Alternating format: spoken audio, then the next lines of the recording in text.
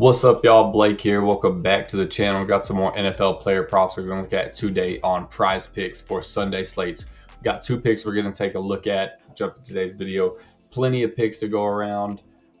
First pick we're going to be taking a look at David Njoku right here. We're going to be looking at his fantasy score of, it's set at 8 flat right now. Now, I do like the over on this. The books have him going under like minus 116-ish on DK, but there are several reasons that I like this over here. I love this matchup against Pittsburgh. We'll hop into it.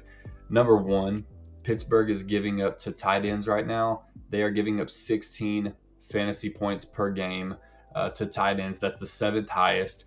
Number two, Cleveland is top 5 in passing tendencies and pass rate right now. As you can see, they're sitting 64th and pass rate, so they've already passed the ball a ton. And then on top of that, we go over to tight ends, and they are actually have the 2nd highest tight end target rate, only behind, of course, Trey McBride and the Cardinals. So they're already passing the ball a ton. 33% of those are targeted at their tight ends. Now he is kind of splitting snaps, but still he's more so of a red zone target in the past. Historically, he's kind of been more of a red zone target. So Njoku does get the 2nd most targets on the team, only behind Jerry Jeudy, and he's averaging right now 9.1 fantasy points per game. So he's gone over this 3 of 5 times, and the best part is he doesn't need a touchdown to hit this line. He doesn't necessarily, he's only scored 1 touchdown all year. And like I said, he clears this 3 of 5 times with only 1 touchdown for the whole year. So he doesn't necessarily need a touchdown to get this. So I really like this spot for him to go over against Pittsburgh right here. We know that game's going to be dirty. So pick number 2, we're going to be taking a look at Chase Brown. We're going to pick on Chase Brown again. 12.5 fantasy score. We already cashed this once 2 weeks ago. I'm pretty sure it was 12.5. I don't think it was as low as 10.5, but I'm pretty sure it was 12.5 again a couple weeks ago.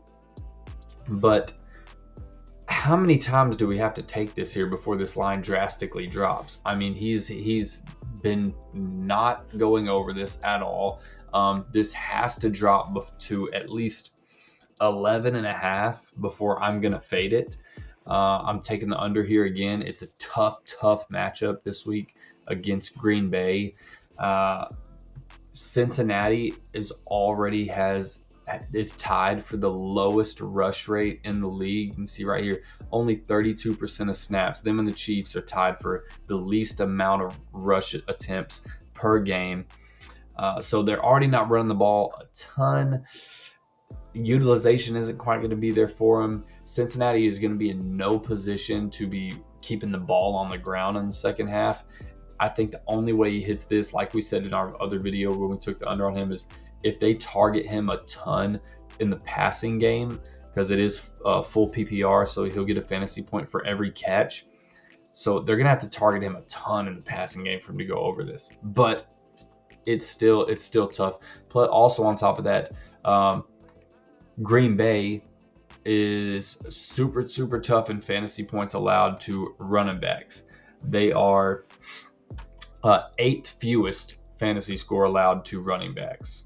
So it's just a kind of a concoction. You can see them way down here. It's like a concoction for disaster right here. So that'll be the 2 picks though. And even if he does clear this and it comes back at 12.5 next week, I'm still taking the under, because I damn sure don't think he's going to do it twice.